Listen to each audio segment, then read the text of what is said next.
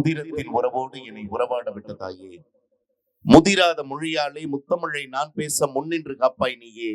நற்றாயே தமிழ்த்தாயே என் நாவில் வந்து நடம் புரிவாய் நீயே. எங்கேனும் பிழை இருந்தால் நீ பொறுப்பாய் இங்குதாயே. தமிழுக்கும் தமிழர்களுக்கும் என் சிறந்தாழ்ந்த வணக்கங்களை அன்போடு தெரிவித்துக் கொண்டு, நடுவர் அவர்களே, அகங்கையை முகம் காட்டி அன்புருவை நிலைநாட்டி என்புருக வணங்குவது இஸ்லாமியர்களின் வணக்கம். புறங்கையை முகம் காட்டி புன்சிரிப்பை நிலைநாட்டி கண் சிரிப்பால் வணங்குவது கிறிஸ்துவர்களின் வணக்கம். இஸ்லாமிய கிறிஸ்துவர்களின் அண்ணனுக்கு போடுங்க.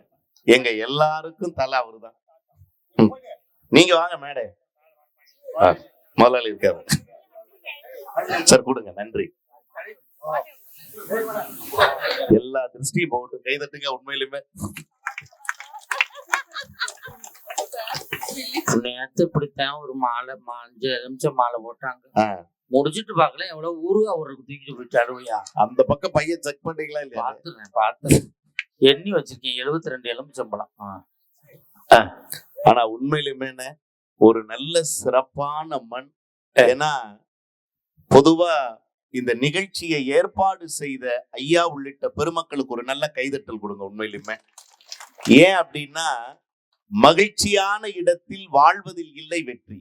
மகிழ்ச்சியான இடத்தில் வாழ்வதில் இல்லை வெற்றி. நாம் வாழும் இடத்தையே மகிழ்ச்சியாக மாற்றிக்கொள்வதுதான் வெற்றி. அப்படின்னா இன்னைக்கு இத்தனை மணி நேரம் உங்களை எல்லாம் மகிழ்ச்சி கடலில் ஆழ்த்துவதற்கு ஒரு வாய்ப்பினை வழி செய்திருக்கிற ஐயாவுக்கு ஒரு நல்ல கைதட்டல் கொடுக்கலாம். பெரியவங்களுக்கு எல்லாம் அண்ணே, உண்மையிலுமே நல்ல மக்கள், உண்மையிலுமே நிறைவு பேச்சாளரா இருக்கீங்க. அதுக்கேத்த மாதிரி ஒரு 4 விஷயத்த மக்கள் மனதுல நிலைநிறுத்துற மாதிரி சொல்றேன். அப்படி சொல்லு. ஆமா, உண்மையிலுமே என் சகோதரி பேசினாங்க. உங்க சகோதரி? அந்த சகோதரியும் வந்து பேசினாங்க. மொரட்டு சகோதரி. நான் மொரட்டு சகோதரி. நான் கேக்குறேன்னா, இந்த 2 சகோதரியும் உங்களை பத்தி ஏதாவது ஒரு நல்ல விஷயத்த புகழ்ந்து சொன்னாங்களா? சொன்னாங்க. என்ன சொன்னாங்க? சுகர் வந்துருச்சு. இது கேட்டாங்களா ஊர்ல? வாதம் வந்துச்சுன்னு சொன்னிச்சு. என்னென்னமா சொல்றேன். உண்மையா சொல்றேங்க.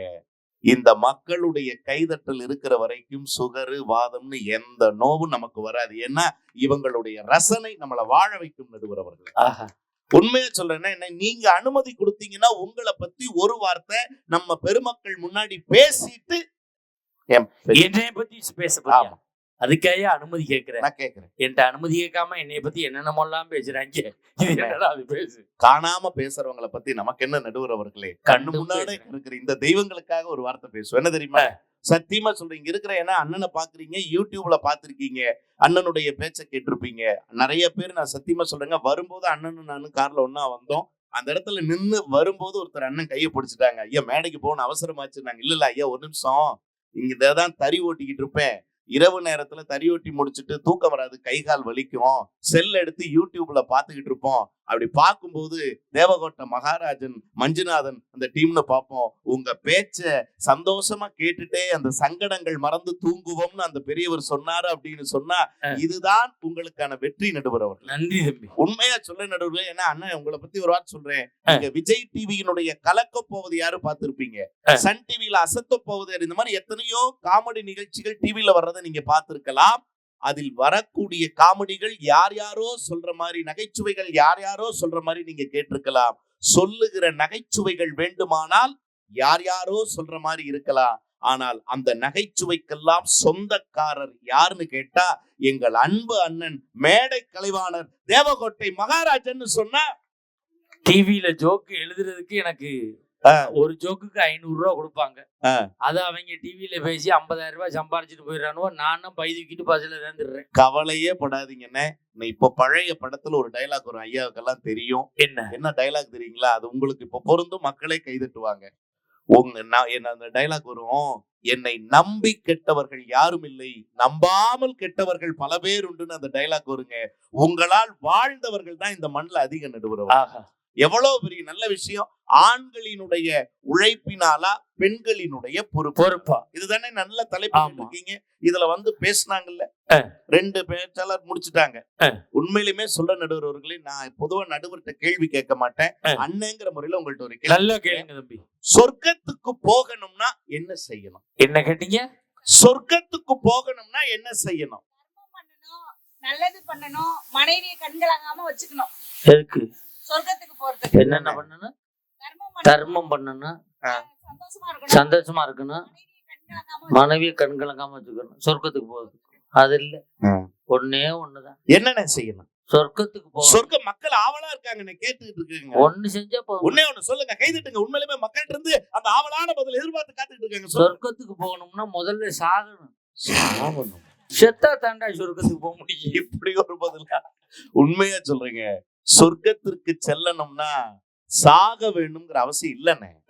உண்மையிலுமே நம்ம ஊர்ல நம்ம சனங்களோட இப்படி ஒரு நிகழ்ச்சியை பாக்குறதே வாழ்க்கையில உண்மையான சொர்க்கம்னா கைதட்டுங்க. இதுதான் வாழ்க்கையில சொர்க்கம், இதுதான் வாழ்க்கையில சொர்க்கம். இதுக்குதான் இசைஞானி இளையராஜா என்ன அழகா ஒரு பாட்டு கொடுத்தாரு தெரியுங்களா? கொஞ்சம் அப்படி வாய்ஸ் மட்டும் நான் கேக்குறேன்னு.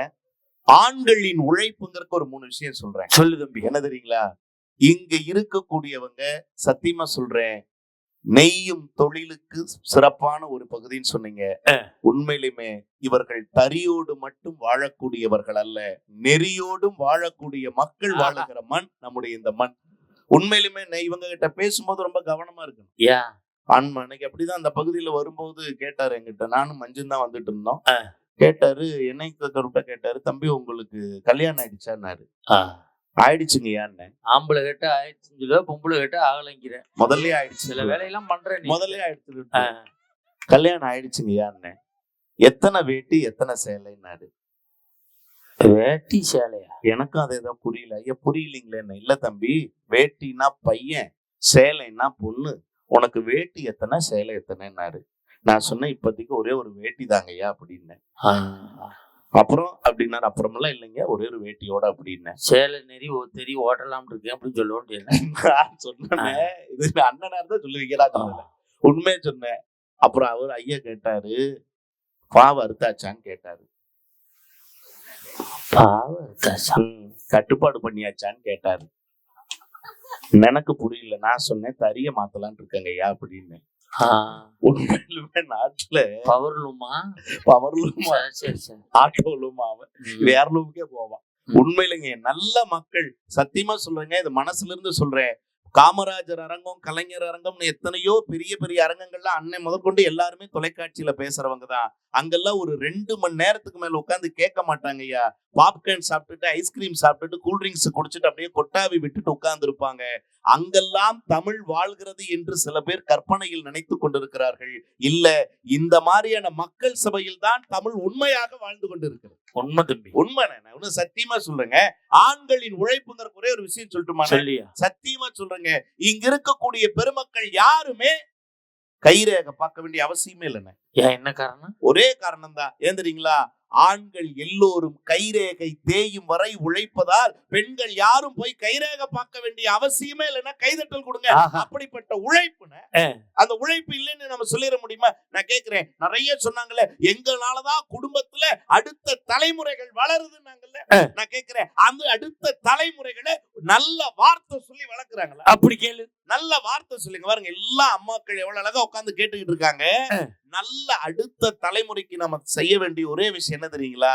நாம போய் சேர்ந்துட்டாலும் நம்ம பேரை சொல்ற மாதிரி அவங்களுக்கு ஒரு நல்ல வாழ்க்கையை கத்து கொடுக்கிறது தானே அந்த தலைமுறைக்கு நம்ம செய்ய வேண்டிய நல்ல வேலை. செய்யறாங்களா? நான் கேட்கலையே. இன்னைக்கு இருக்கக்கூடிய பெண்கள்ட்ட அந்த பொறுப்பு இருக்கானே? சண்டை வராத குடும்பம் எங்காவது இருக்கா? இல்ல. சண்டை வராத குடும்பம் எங்காவது இருக்கா? ஏதாவது இந்த வீட்லயாவது ஒரு சண்டை வரும்ல கணவன் மனைவிக்குள்ள. ஏங்க யாரோ குடும்பத்தை எடுத்துக்கிறீங்க, உங்க குடும்பத்தை எடுத்துங்க. எங்க அண்ணன் குடும்பம்.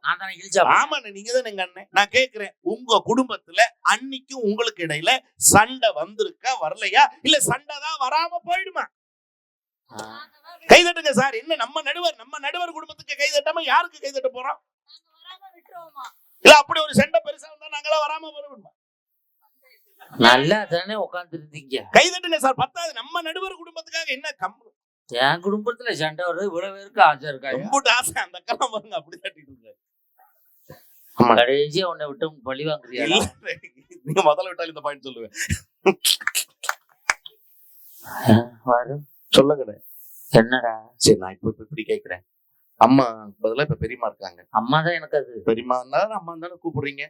அம்மாவுக்கும் மனைவிக்கும் சண்டை வரும்போது நீங்க எங்க அண்ணன் அன்பு நடுவர் யார் பக்கம்? வேலைக்காரி பக்கம். வேலைக்காரி பக்கம். அந்த மாதிரி அகலமா மறைச்சுக்கிறோம். இல்ல, நாங்க கேள்விப்பட்ட அழகா இருக்கும். நாங்க அகலமா இருக்கும். நான் கேக்குறேங்க, யார் பக்கம் சொன்னீங்க? வேலைக்காரி பக்கம். நீங்க இப்படி சொல்ற நடுவர் அவர்களே, ஒரு குடும்பத்துல சண்டை வரும்போது தயவு செய்து குழந்தைகள் அருகில் இல்லாத போது கணவன் மனைவியை திட்டுறதும் மனைவி கணவனை திட்டுறதும் வச்சுக்கலாம். உண்மை, கைதட்டுங்க, சத்தியமா சொல்லு. ஏன்னா நாம பேசுற வார்த்தைகளை எல்லாம் அந்த குழந்தைகள் உள்வாங்கும். நம்ம பேசுற வார்த்தைகள் எல்லாத்தையும் அந்த குழந்தைகள் உள்வாங்கும். அன்னைக்கு அப்படிதான் ஒரு வீட்டுல சண்டை, அம்மா அப்பா பிரச்சனை, சண்டை போட்டுக்கிறாங்க. பையன் நினைக்கலாம், ஏ பேய், ஏ பிசாசு, ஏ தண்டம், ஏ முண்டம்.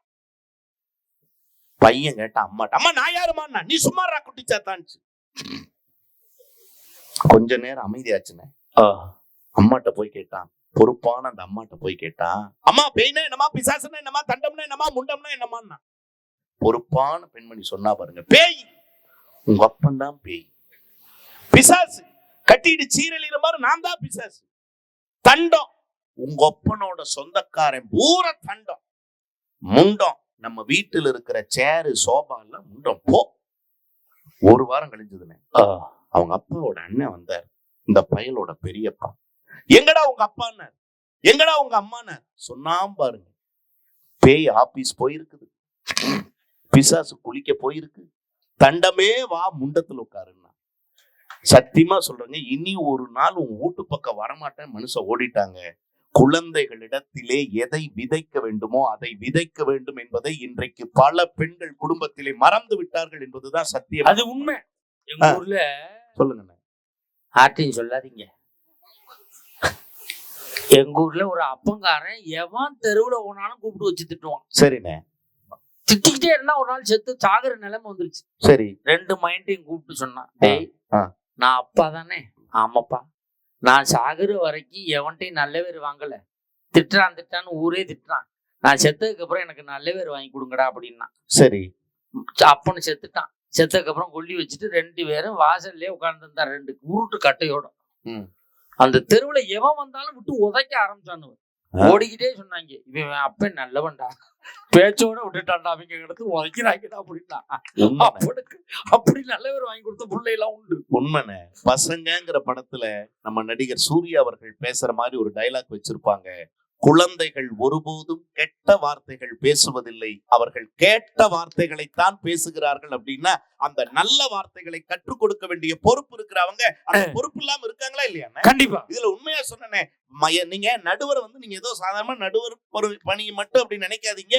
பல குடும்பங்களை வாழ வைத்த ஒளி விளக்கு அந்த அண்ணனுக்கு ஒரு கைதட்டல் கொடுங்க. இப்ப நான் சொல்ல போறேன், ஆனா இத்தனை நாள் சொல்ல வேண்டாம்னு சொன்னீங்க, இந்த மேடையில நான் அதை சொல்றேன்.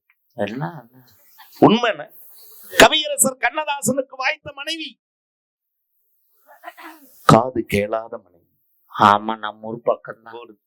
உண்மையா சொல்றேங்க, அந்த மனைவியோடு வாழ்ந்தான் கண்ணதாசன். என் நண்பனுக்கு வாய்த்த மனைவி வாய் பேச முடியாத மனைவி. அவனாடா? உங்களுக்கு தெரியுமில்ல, மாரிமுத்து. அதே மாரிமுத்துதான். பேசவே சத்தியமா போகாத கோயில் இல்லைங்கய்யா. ஐயா, போகாத கோயில் இல்ல, பார்க்காத மருத்துவம் இல்ல, விசாரிக்காத டாக்டர் இல்ல. எங்க எல்லாருக்கும் ஒரே புகலிடம், கடைசி புகலிடம் யாரு? எங்க அண்ணன் தான். நான் தான். நம்ம என்ன சொல்ல போறான்னு தெரியலையா? அண்ணே இந்த மாதிரி ஏன்டா இப்படி பண்றீங்க? முதல்லயே வர மாட்டீங்க, எப்பவுமே கடைசியா தான் பிரச்சனை கொண்டு வருவீங்கன்னு. அண்ணே சொல்லுங்க, ஏதாவது சென்னையில ஒரு டாக்டர் இருக்காரு, நம்பி போங்க, நான் சொன்னேன்னு சொல்லுங்கன்னு சொன்னாரு. உண்மையிலுமே அந்த டாக்டர் போய் பாத்துங்க.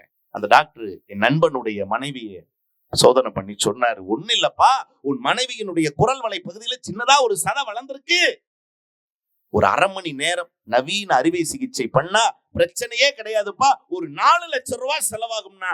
அடுத்த வேலைக்கு சிரமப்படுறாவன் 4 லட்சத்துக்கு எங்கேயா போவான்? நான் இருக்கிறேன்டா கொடுக்கறதுக்கு. அள்ளி கொடுத்த மகராசுங்க, கைதட்டல் கொடுங்க. உண்மையிலும் மத்தவங்களுக்கு எல்லாம் 4 வட்டி, அவனுக்கு 2 வட்டி போதும்டா, அள்ளி கொடுத்தாரு.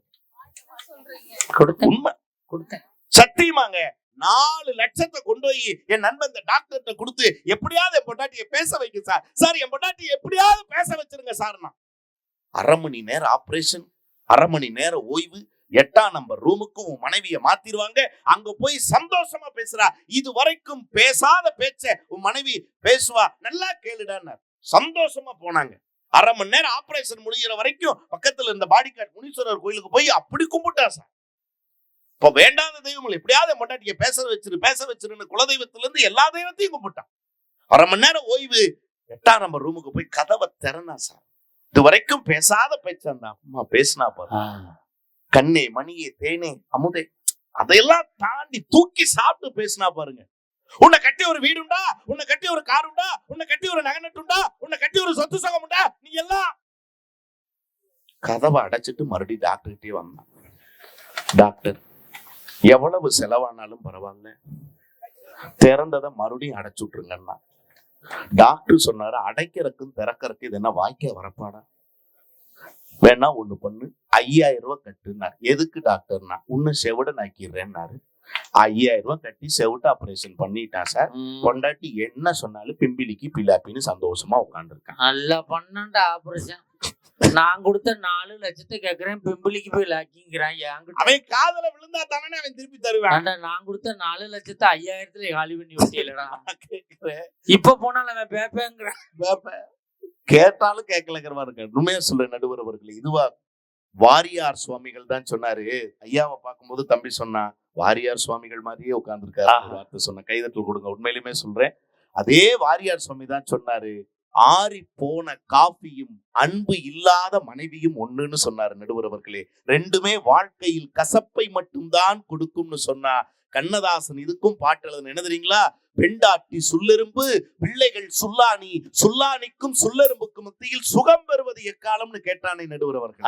அதே வாரியார் சாமியாட்டுதான் கேட்டாங்க, ஒருத்தர் சைவமா அசைவமானு எப்படி சாமி கண்டுபிடிச்ச? சபாஸ்னே அவர் சொன்னாரு, டேய் போகும்போது ஆட்டுக்குட்டி அடிபட்டுச்சுன்னா, கண்ணுல தண்ணி வந்துச்சுன்னா அவன் சைவம்டா. சூப்பர். நாக்குல தண்ணி வந்துச்சுன்னா அவன் தாண்டா அசைவம் அப்படின்னாரு. அதே வாரியார் சார். உண்மைன்னு அவ்வளவு அழகா சொன்னா தெரியுங்களா? பெண்டாட்டி சொல்லெரும்பு, பிள்ளைகள் சுல்லானி, சுல்லானிக்கும் சொல்லெரும்புக்கும் மத்தியில் சுகம் பெறுவது எக்காலம்னு கேட்டுட்டு அப்படியே ஒரு பாட்டை கொடுத்தான் பாருங்க. எனது கைகள் வாழ்க்கையில் என்ன, தமிழ் மாதங்கள்ல எந்த மாதத்துல நீங்க நிகழ்ச்சிக்கு கூப்பிட்டாலும் நான் வருவேன். ஆமா இல்ல என்ன? ஆமா. ஆனா ஒரே ஒரு மாதத்துல மட்டும் நான் நிகழ்ச்சிக்கு கேட்டீங்கன்னா அண்ணன் இருங்கன்னு பார்த்து சொல்லிட்டு வரேன்னு சொல்லுவேன். ஆமா. அது எந்த மாதம்னே? கார்த்திகை மாசம். கார்த்திகை மாசம் இல்லைன்னே, கார்த்திகை மாதம். மாசம்ங்கிறது வேற, மாதம்ங்கிறது வேற. ஆமா ஆமா ஆமா. கார்த்திகை மாசம். சத்தியமா சொல்றேன், இங்கேயும் நிறைய பேர் இருப்பாங்கன்னு. அந்த கார்த்திகை மாதத்துக்கு என்ன சிறப்புன்னா சொல்லி தெரிய வேண்டியதில்லை. தமிழ்நாட்டிலே வாழ்ந்தாலும் கேரளாவிலே குடிகொண்டு இருக்கிற அந்த சபரிமலை ஐயப்பனை போய் பார்க்கிற அந்த ஒரு வாய்ப்பு இருக்கு பாருங்க அந்த கார்த்திகை மாசத்துல. எங்க பாருங்க எத்தனை பேர் கைதட்டுறாங்கன்னு. எங்க அண்ணன் நாங்களும் ஒரு 16-17 வருஷமா மாலை போட்டு போறோன்னே, பெருவழியோ சிறுவழியோ எப்படி வாய்ப்பு கிடைக்குதோ போவேன். எங்க அண்ணன்ட்டு இந்த வருஷம் கேட்டேன், ஐயா இந்த கார்த்திகை மாசம் எப்படா மாலை போட போறேன், கார்த்திகை மாசம் பிறக்க போதே அப்படின்னு. அதெல்லாம் வேணான்ட்டாங்க. பயந்துட்டாரா? நான் அப்படிதான் கேட்டேன், ஏப்பா ஒரு மண்டலம் போடலைன்னா அரை மண்டலம் இல்லாட்டி 1/4 மண்டலம் ஏதாவது ஒண்ணு போடலாம், வேண்டான்னா. நான் சொன்னேன், அப்படி சொல்லாதடா. அந்த கார்த்திகை முதல் தேதி மாலையிட்டு அந்த ஐயப்பன் மேல பஜனை பாடும்போது எவ்வளவு சந்தோஷம் இருக்கு. ஒரு 2 வரி பாடி காட்டினே. இதே மாதிரி பாடி முடிச்சோன்னே ஐயப்பன் 48 நாள்ல மாலை வேண்டான்ட்டானே. பயந்துட்டான். அப்படிதான் கேட்டேன், ஏன் ஐயப்பன் மேல என்ன பயம்னு? பயம்லாம் இல்ல, 48 நாள் வேண்டாம், 365 நாளும் மாலை போடலாம். நல்லா சிரிக்கிறாங்க. ஐயப்பன் மேல அவ்வளவு பக்தியா? மாலை போட்டா தாண்டா வீட்டுல அவ்வளவு மரியாதை வருதுன்னா. உண்மைடா. நீங்க ஏதோ நினைக்கிறீங்கன்னு, மாலை போட்ட சமயத்துல மனைவிமார்கள்லாம் வாங்க சாமி போங்க சாமின்னு கூப்பிடுறதுனால நினைக்கிறீங்க. எங்க வீட்டுல சாமியோ சாமி. மாலை போட்ட சமயத்துல எங்க அண்ணன் எங்க அண்ணிட்ட ஒரே ஒரு கப் காஃபி தானே கேட்டாரு. காஃபி. எங்க அண்ணி சொன்னதை அப்படியே நம்ம மண்ணுல சொல்றேன். வாங்க சாமி, உட்காருங்க சாமி, காபி சாமி குடிக்கிறீங்களா சாமி, காபி சாமியில சூடு சாமி கம்மி சாமியா இருந்தா சாமி சொல்லுங்க சாமி, ஆறி போன காபி சாமிய குண்டா சாமியில ஊத்தி சாமி, அடுப்பு சாமியில வச்சு சாமி, ரெகுலேட்டர் சாமிய ஓபன் சாமி பண்ணி சாமி, அடுப்பு சாமிய சிம் சாமியில வச்சு சாமி, லைட்டு சாமியில எடுத்து டொப்பு சாமின்னு 10 சாமி வச்சு சாமி ஆறி போன காப்பி சாமியை சூடு சாமி பண்ணி சாமி கரித்துணியா சாமி எடுத்து குண்டா சாமியை பிடிச்சி சாமி டம்ளர் சாமியில ஊத்தி சாமி ஸ்டூல் சாமியில வச்சற சாமி கை சாமியில பற்றாம சாமி நாக்கு சாமியில சுற்றாம சாமி டமக் சாமி நல்லா சுவைச்சு குடிச்சிட்டு சாமி எச்சி டம்ளர் சாமியை சலதாரி சாமியில போட்டுருங்க சாமி கொலா சாமியை திறந்து சாமி தண்ணி சாமியை விட்டு சாமி சபீனா சாமியை தொட்டு சாமி விளக்கி சாமி வெயில் சாமியில காய வச்சிடறேன் டம்ளர் சாமியை சாமியா சரணம். அடையாப்பா குடும்பம்டா. நான் கேட்டேன்னு இதப்போ மாலை போட்டப்ப மலைக்கு போயிட்டு வந்தாச்சு. ஒரு வேலைக்காக எங்க அண்ணனை பாக்குறதுக்கு போறேன். அண்ணன் வீட்டுல இல்ல. அண்ணி அண்ணன் எங்கன்னு சொன்னாங்க பாருங்க. அது எங்க தெரியுதோ என்ன மாலை போட்ட நேரத்துல டம்ளர் எல்லாம் சாமியாச்சு இல்ல. இப்ப அந்த சாமி எங்க மலையேறிச்சு? நான் கேக்குறேன் நடுவர் அவர்களே, உங்க வீட்டுக்காரு எதை விரும்பி சாப்பிடுவார்னு கேட்டா என் வீட்டுக்காரு இதை விரும்பி சாப்பிடுவார்னு சொன்னா பரவாயில்ல இல்ல. உங்க தங்கச்சிட்ட என் மனைவிட்ட வந்து கேளுங்க, ரவி எதை விரும்பி சாப்பிடுவான், அது எதை போட்டாலும் திங்கும். யோசிச்சு பாருங்க. இதுவா வாழ்க்கை நடுவர் அவர்களே? ஒரு மனைவியினுடைய பொறுப்பில்லாத தனம் என்பது எப்படி தெரியுமா? உண்மையை நான் சொல்றேன் நடுவர் அவர்களே. ஒரு குடும்பத்திலே ஒரு ஆணினுடைய உழைப்பு எப்படிப்பட்டது என்று சொன்னால் ஒரே வரியில் சொல்லணும்னா, இன்றைக்கு 40 வயதை கடந்து நான் வாழ்ந்து கொண்டிருக்கிறேன். இந்த 40 ஆண்டு காலத்தில் ஒரு துளி கண்ணீர் கூட நான் விடாமல் வாழ்ந்ததற்கு காரணம், ஒரு காலத்தில் என் அப்பன் எனக்காக சிந்திய வியர்வை துளிதான் காரணம் அப்படின்னு சொன்னா நடுவர் அவர்களே. இன்றைக்கும் பல வீடுகள்ல கல்லூரி போகக்கூடிய பிள்ளைகள் இருப்பாங்க, பள்ளிக்கூடம் போகக்கூடிய பிள்ளைகள் இருப்பாங்க. அப்பா இந்த மாதிரி நாளைக்கு பணம் கட்டலைன்னா வெளியில நிப்பாட்டிடுவாங்களா அம்மா அப்படின்னு சொன்னா அந்த அம்மா சொல்ற வார்த்தை என்ன தெரியுங்களா? டேய், ஆண்டவன் இருக்கான்னு சொல்ற அம்மாக்களை விட, ஆண்டவன் இருக்கான்னு சொல்ற அம்மாக்களை விட அப்பா இருக்காரு சாமி, ஏதாவது ஒண்ணு பண்ணி நாளைக்கு உனக்கு பணத்தை கட்டிடுவாரு சாமின்னு சொல்ற அந்த தாய்மார்கள் கைதட்டுங்க. அதுக்கு ஒரே நம்பிக்கை யாரு தெரியுங்களா? இந்தியாவின் நம்பிக்கை நட்சத்திரம். யாரோ சொல்லலாம், தமிழகத்தில் எல்லாம் வச்சுக்கலாம். ஆனா ஒரே ஒரு குடும்பத்தினுடைய நம்பிக்கை நட்சத்திரம் யாரு தெரியுங்களா? அந்த வீட்டில் இருக்கிற அப்பன் தான் நம்பிக்கை நட்சத்திரம்னு சொன்னா நடுவர் அவர்களே. அந்த ஆண்மகனினுடைய தன்னிகரற்ற உழைப்பால் தான் ஒரு குடும்பம் மகிழ்ச்சி பெறுகிறது, ஒரு குடும்பம் மன நிம்மதி பெறுகிறது என்கிற நல்ல தீர்ப்பை தருவீர்கள் என்கிற நம்பிக்கையோடு வியக்க வைத்த இந்த பெருமக்களின் திருவடிகளுக்கு அன்பின் சிறந்த வணக்கங்களை காணிக்கையாக்கி விடைபெறுகிறேன். நன்றி, வணக்கம். அருமையான பேச்சு. ஆஹா, உட்கார் உட்கார். நல்லா அந்த அம்மா ஒரு 10 நிமிஷம் பேசுவாங்க, நான் 2 நிமிஷத்துல தீர்ப்பு. எல்லாரும் ஒன்னாவே போவோம். பயமா இருக்கும்ல, எல்லாம் ஒன்னா போவோம். எங்க ஊர்ல ஒருத்தனை போன வருஷம் நல்ல பாம்பு கடிச்சு பிடிச்சு ஆஸ்பத்திரியில சேர்த்து 3 மாசம் வைத்தியம் பார்த்தானு பொழைக்க மாட்டேன்ட்டான். நேத்து பாக்குறேன் உசுரோட வர்றாங்க. மணிகண்டா எப்படா பொழைச்சா அப்படின்னு. டாக்டர் பொழைக்க மாட்டான்னு சொல்லிட்டான், எப்படா உசுரா வர்றேன் சார்? என் பொண்டாட்டி தான் சார் காப்பாத்துச்சு. என்னடா பண்ணா? ஒண்ணும் இல்லை சார், டாக்டர் முடியாதுன்ட்டாரு. வீட்டுக்கு வந்தோம், பாம்பு கடிச்ச இடத்துல என் பொண்டாட்டியை கடிக்க விட்டேன். இந்த விஷம் அந்த விஷத்தை முடிச்சிருச்சு சார் அப்படின்னா. இப்போ உன் பொண்டாட்டி எங்கேடான்னு கேட்டேன். பெரியாஸ்பத்திரியில வேலை பார்க்குறா சார் அப்படின்னா. என்னடா வேலைன்னு? பாம்பு கடிச்ச இடத்துல கடிக்கிறது தான் சார் வேலை அவளுக்கு. பாம்புக்கு தகுந்த மாதிரி கடிக்கிறா சார். கட்டு விரியனுக்கு கடகடன்னு கடிக்கிறா சார். சார பாம்புக்கு உறிஞ்சிடா சார் அப்படிங்க. மயிலியர் குட்டியா? உன் ஊர்ல வித்தியாசமான பாம்பா தான் இருக்கு. இப்படி வாழ்க்கையில நிறைய இருக்கு. நானும் திருப்புல நிறைய சொல்ல வேண்டியிருக்கு.